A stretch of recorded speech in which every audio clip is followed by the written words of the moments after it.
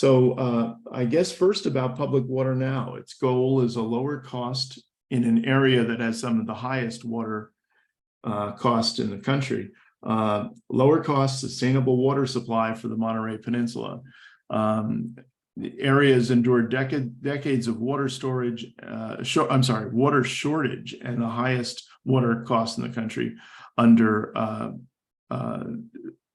currently with the investor-owned California American Water Company. Melodie's writing and communication skills have been vital in educating the community on critical water issues. As an award-winning songwriter, I don't know if you've done any songs about the water, Monterey Bay, but No. And an experienced gardener. So we should have had you on the previous session where there were mandolins on the wall, and we were talking about soil health.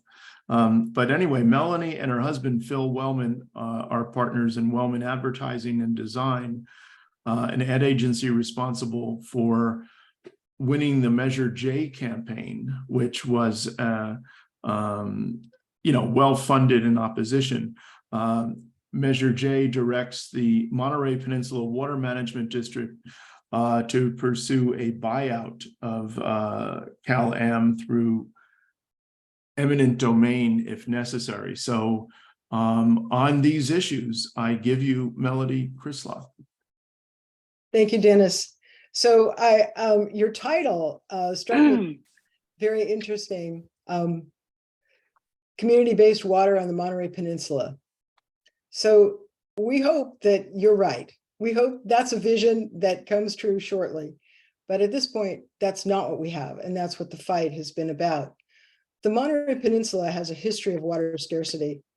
We basically have two natural water sources, the Carmel River and the Seaside Groundwater Basin. The system serves about 100,000 people. And currently we're using 9,700 acre feet of water a year, 60 gallons per person per day average. So California American Water has owned this system for almost 60 years. And some would say run it into the ground. In the 70s, people began to realize there was a problem. The river was getting lower. And the Monterey Peninsula Water Management District was formed by the legislature to find new water, since Cal-Am was not really doing that. So in 2013, Public Water Now was formed by a group of concerned citizens to find an affordable, sustainable water solution and to help educate the community as to what was really going on. We had quickly come to realize that we had become Cal-Am's cash cow. So Cal-Am is investor-owned. It's a subsidiary of American Water Works. This is one of the corporations in the country that looks at water, the water is gold idea. Let's buy up all the water, and then we can charge outrageous prices for it as it becomes a more scarce commodity. These corporations are driven by profit and definitely not the best interest of the communities they serve. This has been a really tough learning curve for us here, with the most expensive water in the country, and it's growing all the time, the cost. So most of California, the reason this may not make sense to a lot of people here, most of California has municipally owned water. In other words, the water system is owned by the government and the people that live there. But 17 million Californians still have investor-owned water that's supposed to be regulated by the CPUC, the California Public Utilities Commission, but they don't tend to do much regulating. They don't seem to be able to hold Cal-Am accountable for much of anything, and they're supposed to be watching the price, but here's what's happened. So in 2015, Food and Water Watch is a national nonprofit consumer watchdog organization. They decided to do a study, the first of its kind. They looked at 500 of the largest water systems in the country. I think it was 10,000 connections and up, something like that. And they weighed them, they scored them on how much the water cost the consumer. It was how much does 5,000 gallons a month cost the consumer? So back in 2015, when the study was done, we came in number 9 of the top 10 most expensive in the country. But by 2017, CalAm had raised our rates even further, and we were up to number 1, the most expensive water in this country. So this is what we were up against. And over the last 4 years, CalAm has raised our water costs by another 50% on top of the most expensive water in the country. So now 5,000 gallons of water a month costs $150. That's no sewer involved there, just water. We could see that the only way to have more affordable, sustainable water was to get rid of CalAm with a public buyout. And so we knew that the Monterey Peninsula Water Management District had the legal authority to do this, but not the political will. Anyway, in the meantime, CalAm had a new solution for our water supply. They had tried to have a dam. They wanted a dam, first of all, but the dam, a huge dam on the Carmel River, but the community just voted it down completely. And then their next solution was, okay, how about an oversized desal plant? It would make us a lot of money. It would produce 6,200 acre feet of water a year, but that water would cost $7,000 to $8,000 an acre foot. Now, typically a desal plant costs around $2,000 an acre foot. So this is extraordinarily expensive desal water on top of the most expensive water in the country. It was clearly a very bad idea, but on top of that, this is where they were going to put it. So CalAm's proposed desal didn't pull from the ocean. It pulled from slant wells under the ground along the coast. It pulled brackish groundwater under the city of Marina's water table, basically. And it would require installing pipes and pumps on the 7 acres of pristine Marina's beach dunes that you see here. CalAm had no water rights to this groundwater. And the danger was that this project could increase seawater intrusion and ruin Marina's groundwater. All of this, and Marina was going to get no benefit whatsoever from this desal plant. All the water was going to go to the water district next door, the Monterey Peninsula, nothing to Marina. Well, you can imagine Marina just said, no way. And they are currently suing CalAm at the California Supreme Court to stop this project. But the other problem with this desal plant is it's a huge energy draw. It's 52,000 megawatt hours a year. The greenhouse gas is 8,000 metric tons of CO2 a year. And in the end, you know, it was just clear. This is Assemblymember Mark Stone's famous statement at a conference that was being held that was just a off the hand statement that no one was expecting, but it turned out to be very true. And a lot of our political leaders felt the same way. And they told the Coastal Commission so when CalAm went before the commission to try and get a coastal development permit for their desal plant, which they still don't have. But we had our politicians were with us. They were with the public on this. They understood the situation and they got behind the opposition. So in the meantime, quietly behind the scenes, 2 public agencies, Monterey One Water and the Water Management District, came up with a solution: produce pure potable water from sewer water. So this is the Monterey One water sewer plant. And down in the bottom right with the red roof, you see the new Pure Water Monterey project that was added to the mix. And this project it came online, it's called Pure Water Monterey, and it came online in 2020. For 3 years now, it's been producing 3,500 acre feet of potable water. That's over a third of what the Monterey Peninsula uses in a year. So it's really been incredibly valuable. People thought, no, this can't happen, it won't work. Well, for 3 years now, it's been operating flawlessly. It cost about $100 million. It was 142 million, but it had about $40 million in grants. And then it was financed with a 1% SRF loan.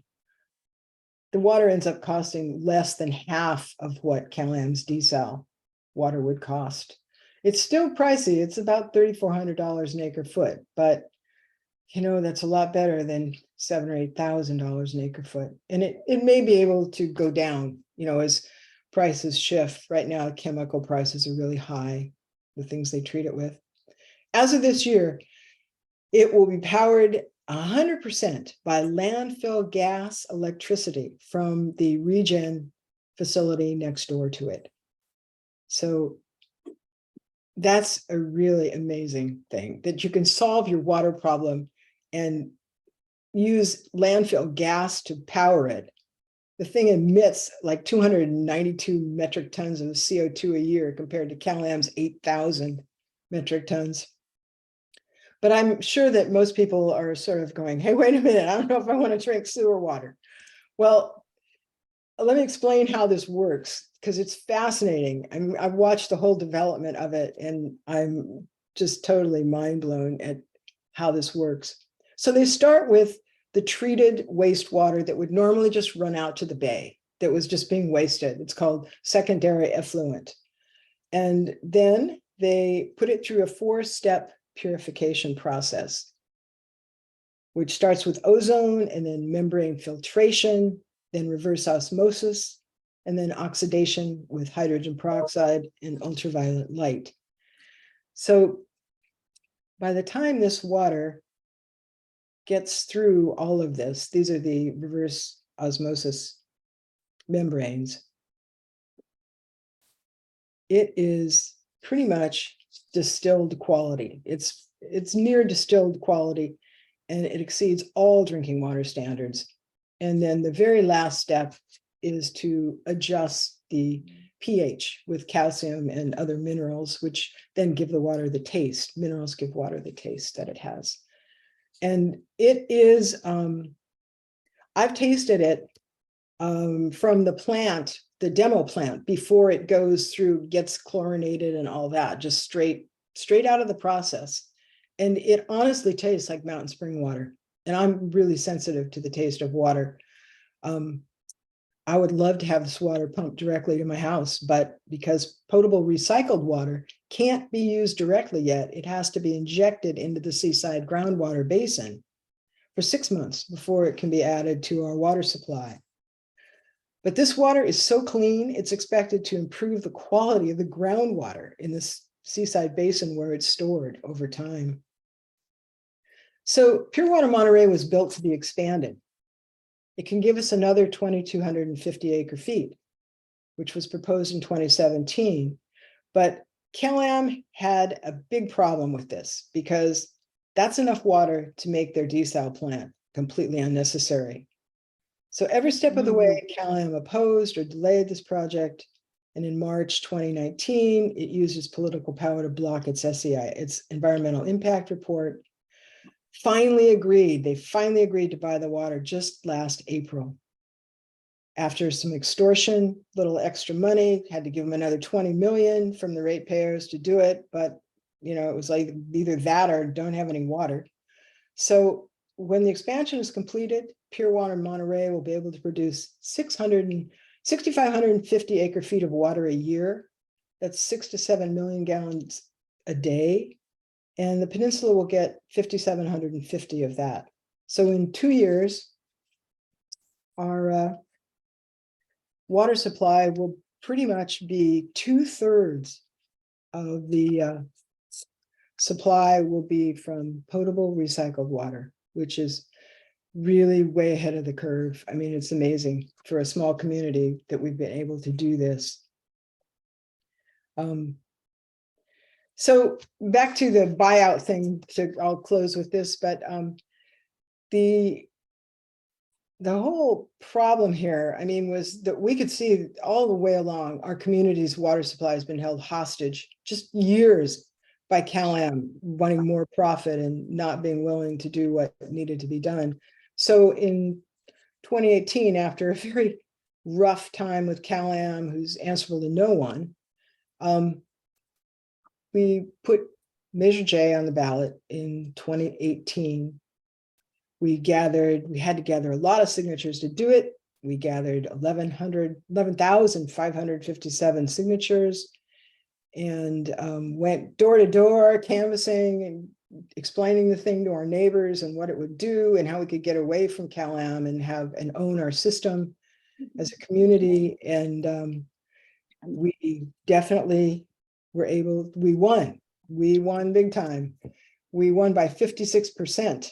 Thanks to the man on the left there, who is truly a marketing genius and used $160,000 budget to defeat CalAm's $3 million budget to oppose this measure.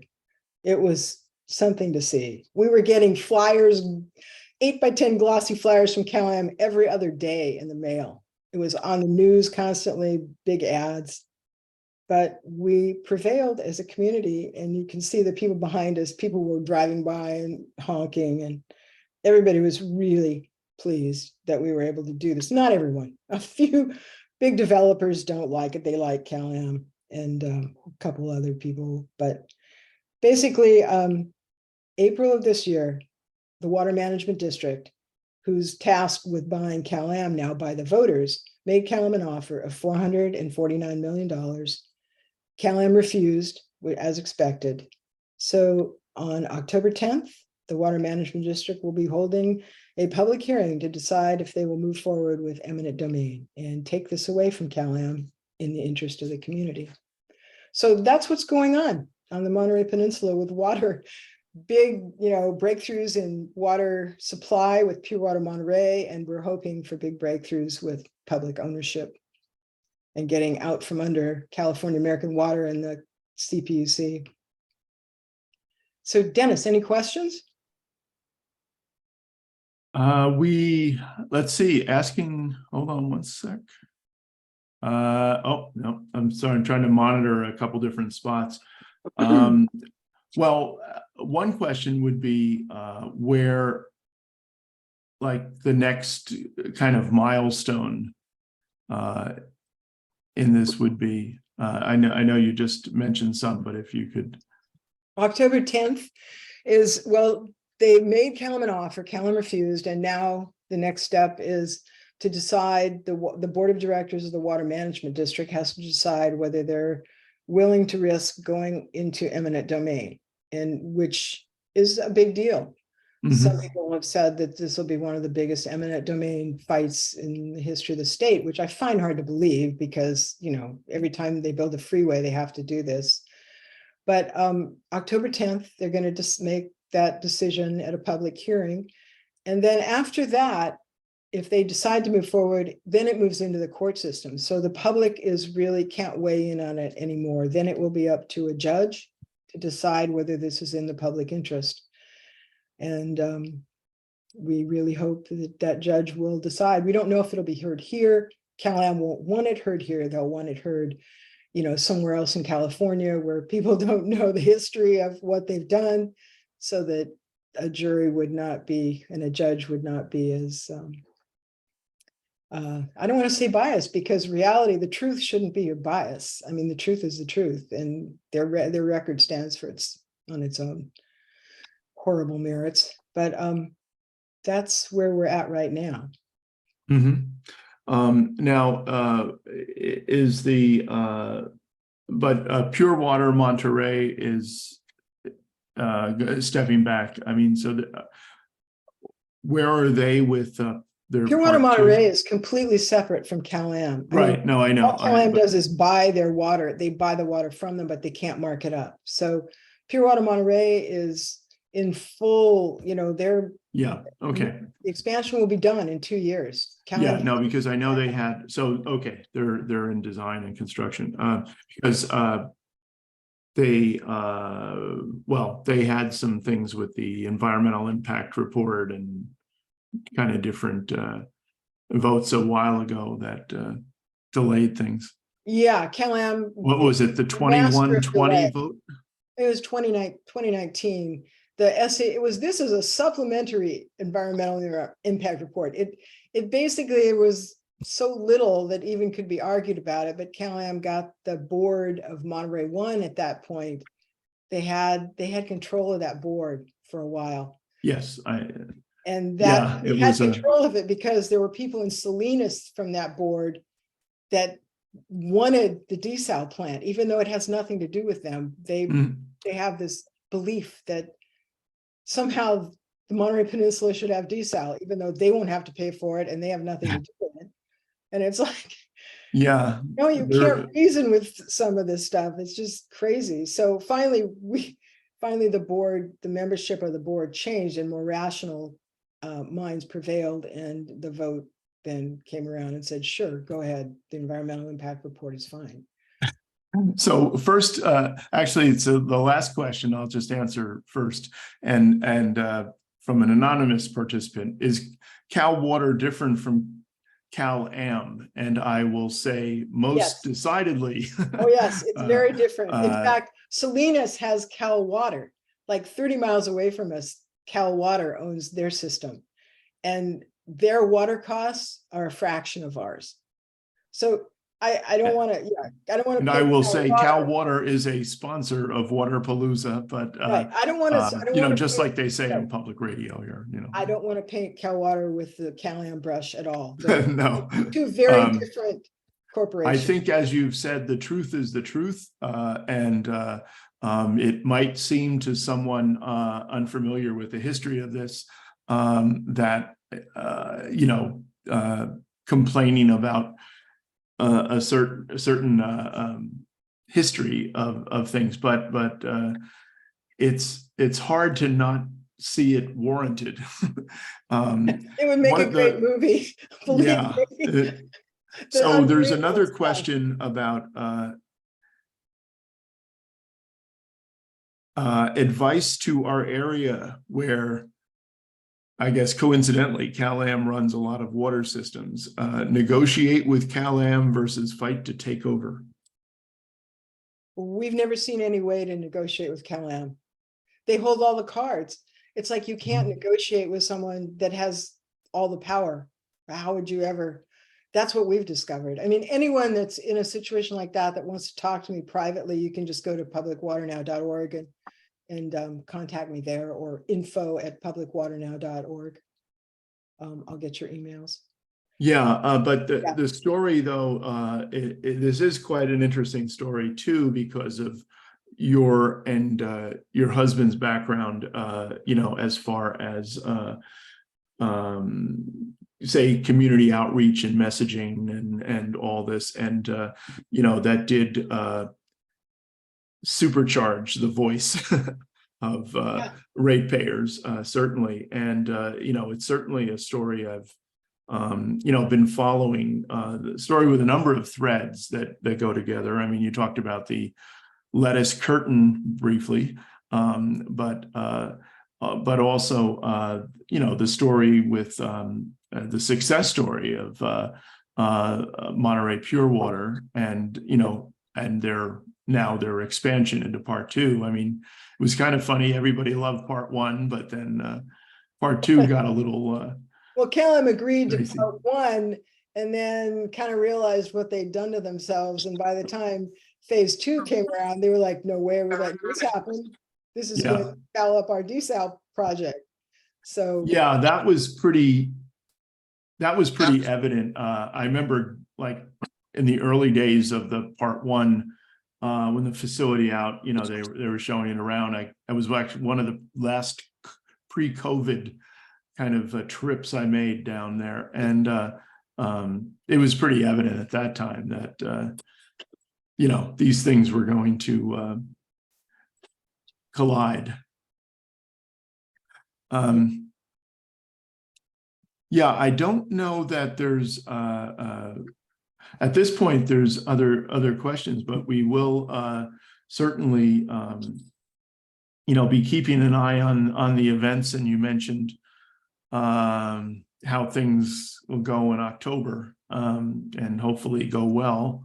And we'll have to see where what happens in the courts now. I Yeah, guess. hopefully it'll be in court right around the end of the year. If they Mhm. decide to do it, it should go to court pretty quickly. And then it will probably take a few years. CalAm will find, everything they can to delay it, make it cost more in legal fees. That's their MO. Well, thanks for joining us. And Well, thank you for having me. yeah, no, as I said, it's Monterey Peninsula, water's always been a blood sport. Yeah, we're kind of we're the epicenter of California water politics. Yep. And yes, I'm always at this point reminded of, the phrase Mark Twain never said, but about water's, whiskey's for drinking, water's for fighting over. It's true. Yeah. It's been true here. Okay.